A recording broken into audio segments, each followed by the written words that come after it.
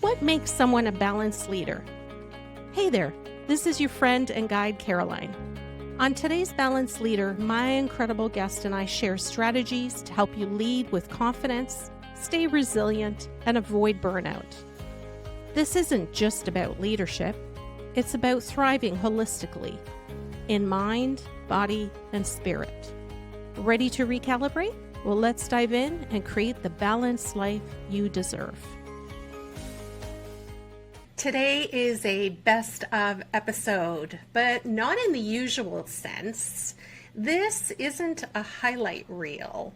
It's not about popularity or downloads or what sounded good in the moment. This is a reflection on the conversations that stayed with me throughout the year. The ones that didn't just land intellectually, but continued to echo quietly after the recording ended.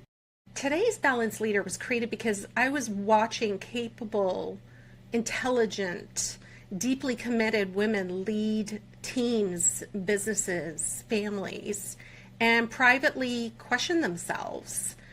Women who looked successful on paper but felt unsettled inside.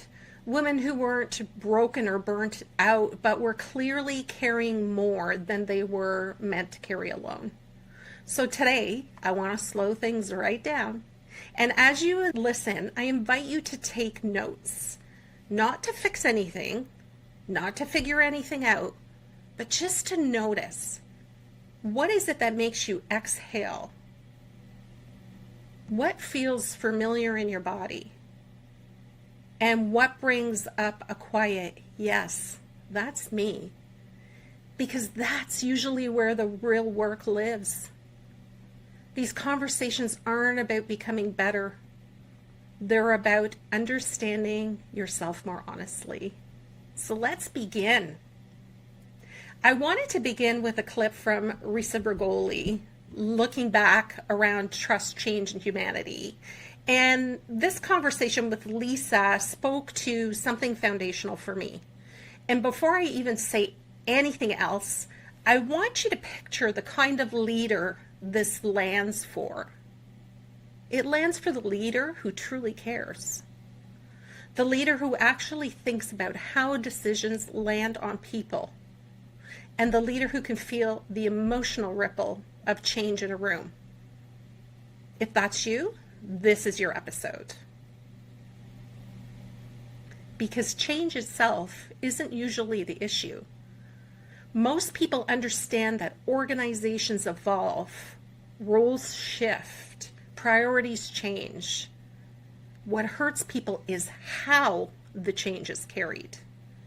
And what stayed with me in Lisa's conversation or story was her experience of being on both sides of the table. Because I've lived that too. Being the leader who understands the business decision while also carrying the emotional weight of what that decision means for real people. Because trust me, that duality can feel really heavy. I remember being in rooms where leadership was focused on timelines and messaging decks, while employees were at home wondering if their lives were about to change. And that gap between what leadership knows and what employees fear is where trust breaks. And Lisa points out something so simple yet so powerful. Trust isn't rebuilt through perfect communication.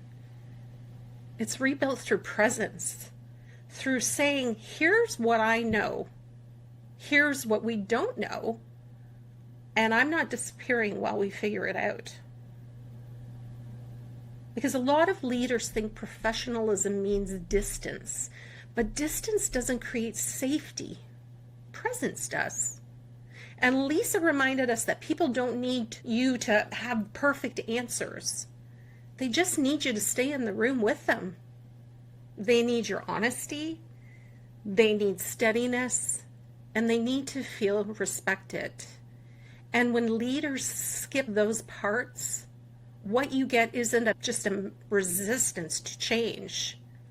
That's where disconnection happens. Now let's take a listen to the clip from Lisa.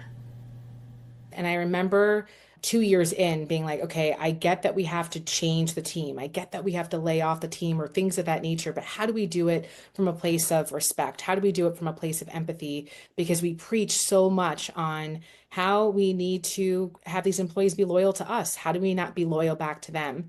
And in 2022, I now, for the first time, received it on the other end. I got the dreaded call actually this time last year. It was right before Thanksgiving that my role was going to be eliminated. And honestly, Caroline, we talked a little bit about this already, but for the listeners, I did not expect it. I was over 8 states. I was over 5,000 employees. So in my mind, I was almost untouchable. And I think a lot of people that hear that dreaded news that their roles being eliminated are shocked. It comes out of nowhere.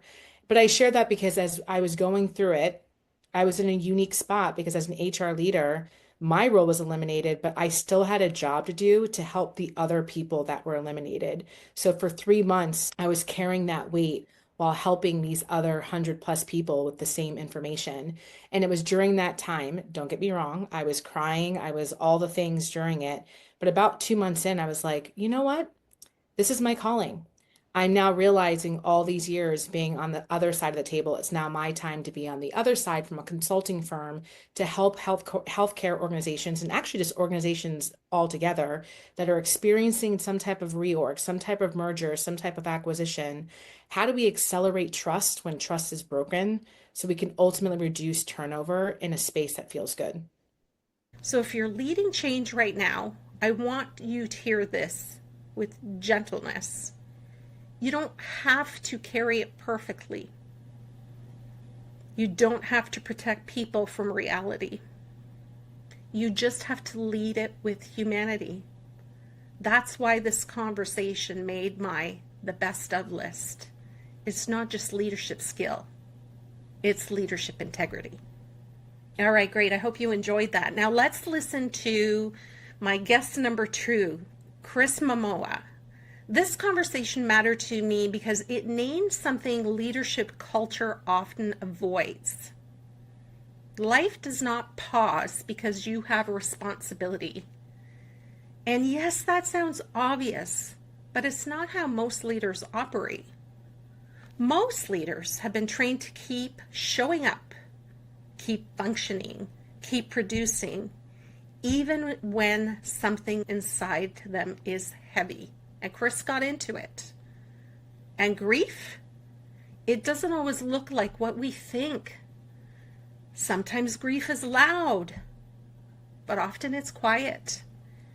It shows up as an overwhelm, as a distraction, as numbness, maybe even as exhaustion that you can't explain, as feeling off but still performing. And grief isn't only about death. It can be the loss of a relationship, a family rupture, a season of life ending, a version of yourself you thought you'd always be, or of a life that you always dreamed of. Let's take a listen to what Chris had to say. And I truly believe that there's not enough conversation about grief. So you've got somebody in your back corner that's willing to support you and help you through it. And at the end of the day, it's going to allow you to become not only a better person, but a more empathetic person when somebody else is going through grief, which is what the world needs right now. And refer, if you've got a friend, just say, hey, it doesn't hurt to have a free call with Chris if you're going through something. I appreciate you sharing your own grief story as we've gone through the podcast today. I really appreciate you being vulnerable enough to do that. And this was just a very purposeful, meaningful conversation. And I hope that whoever listens to this can take away one or two things that are going to help them on their journey, because you all have a beautiful gift. And I want you to know that you guys all have something to give back and contribute to this world. And when you find those gifts, go out there and give, because that's the best way to heal. So I've coached leaders who thought they were losing their edge. And when we slowed down, what they uncovered was they were carrying something really heavy without permission to acknowledge it. And that's why Chris's words are so important, because grief doesn't make you less capable. It makes you human. And humanity, when it's allowed, actually deepens leadership. Because leaders who've walked through grief often lead differently. They listen more carefully. They notice what other people miss. They don't rush the discomfort, not because they're trying to be soft, but because they understand what it feels like to carry something quietly. And this is one of my favorites because it gives people permission to stop judging themselves.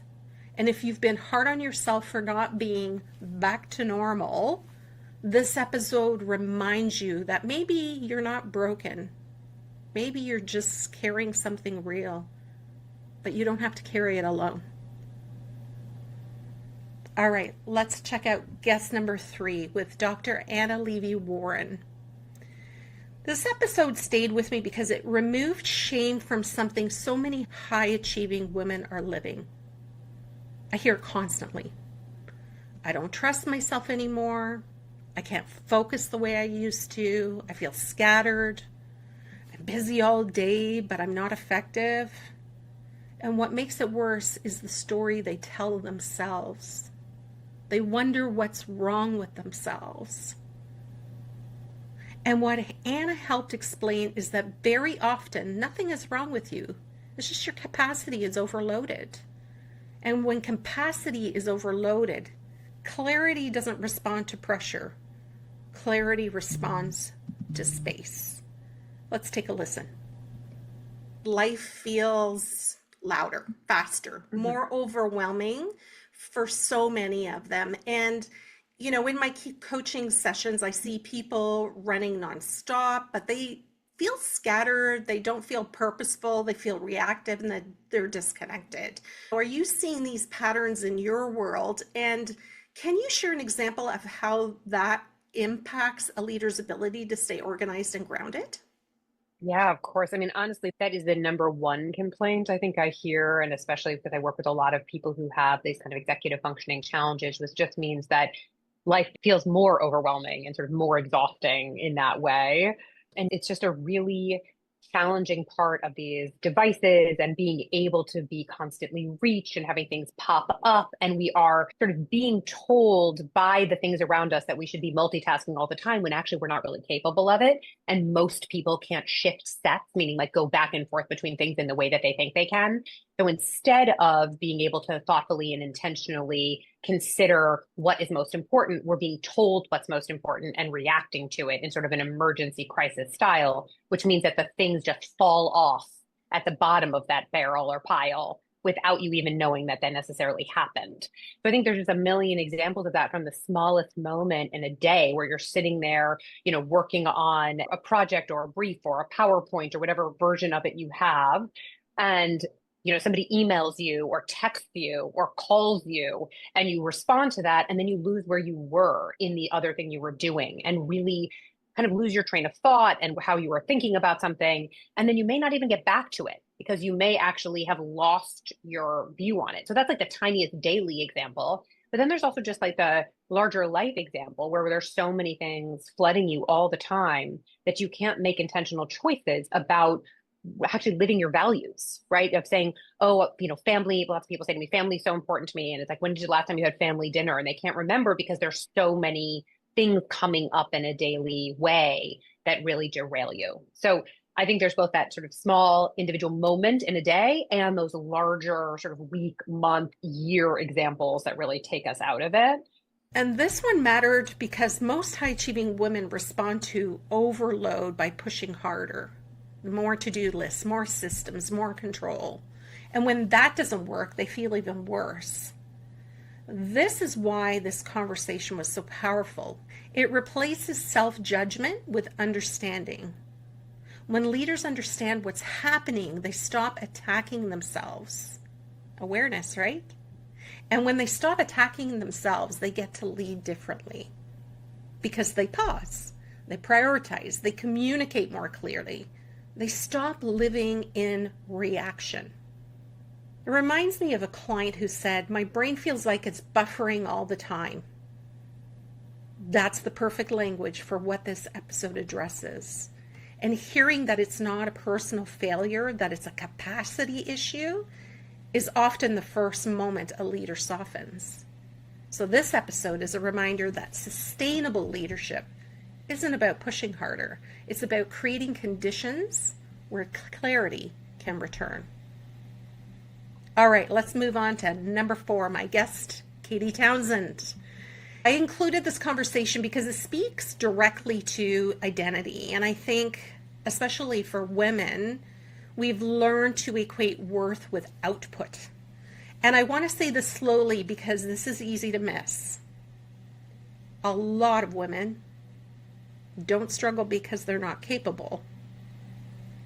They struggle because they built a life where their nervous system only feels safe when they're producing, and producing a lot. Let's take a listen to what Katie had to say. The first thing that comes to mind is that your body holds every single answer that you're looking for. I talk a lot with my clients and in my brand. Your body is your business partner. If you're willing to meet yourself inside, meet all the parts of you and the emotions and all the things that you're feeling, and you do the work to connect to that continuously over and over and over, because it's a never evolving process, because you're constantly collecting. It's like a computer. You're constantly collecting new data from outside of you. You're constantly exposed to new experiences. So that means there's going to be new operating programs, glitches, opportunities, programming to be worked with, to be shaped, to be molded, to be processed, to be recategorized. And when you make your body your partner in life, in business, in leadership, you are going to open the door to not only success that you can never even imagine, like all those goals and dreams and aspirations for the raises, for the promotions, for the insane incomes that are coming in every month, for the first class trips, the speaking on stages, the book deals, all of those things are going to come to fruition. And you're actually going to be able to meet them with joy and presence and a level of gratitude and appreciation that allows you to experience even more of that. It's like a multiplying effect. And you're going to have something that is sustainable, not because of a system or because of some magical freaking thing that somebody gave you, but because you have a body that is tended to and can hold the levels of extraordinary success that you desire and that are made for you, right? And so I would say making your body your partner in everything you do, not living in your head, but living between your head, your body, and your heart, and integrating those parts of you, that is going to allow everything else that has to happen to actually work, and you to show up as the person who's able to multiply it in every capacity. And what stayed with me wasn't the strategy. It was the question underneath it. Who are you being while you're building the life you say you want? Because you can hit milestones and still feel heavy, not because you're ungrateful, but because the identity driving the success is rooted in proving. Think about that. I've worked with women who reached goals and felt emptier on the other side than they ever did. And they assumed something was wrong with them. But often what happened is simpler and braver. They've outgrown the identity that got them there.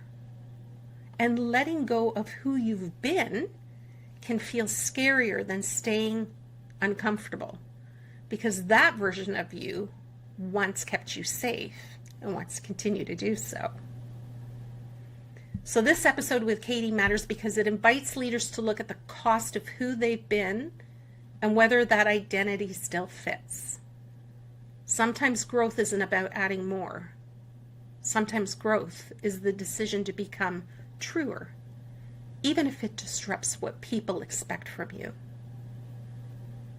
All right, and my final episode, last but not least, is an episode where we talked about year-end integration. And it was a solo episode that I did. So I want to slow this part down Because if you're listening near the end of the year, there's often a quiet pressure in the background, a sense that you should be reviewing, assessing, planning, fixing. And I want to interrupt that gently, because nothing needs to be decided right now. If you're feeling tired, uncertain, reflective, or emotionally quieter than usual, that doesn't mean you've done something wrong. It often means you've outgrown something and your system is asking for space before the next chapter forms. Many women come to me thinking they're stuck, but when we slow down, what we often discover is that they're not stuck. They're just between identities. You're no longer who you were when you set certain goals, but you haven't fully met who you're becoming yet. And that can be a little unnerving. That in-between space can feel really uncomfortable, especially for high-achieving women who are used to clarity, momentum, and progress. Let's take a listen. It's about getting honest with ourselves. As we step into June and enter the halfway mark of the year, it's not just about pushing harder. It's pausing long enough to ask the questions most of us avoid when we're on autopilot.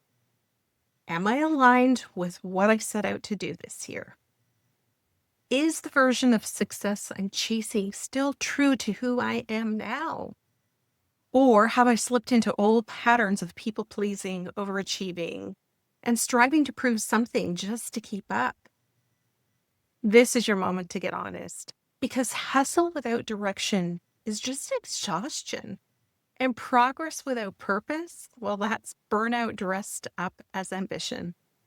This isn't just a motivational pep talk. It's a reset, a reckoning, and a realignment with the truth of what matters most to you and the practical, embodied steps that you're going to need to move toward it.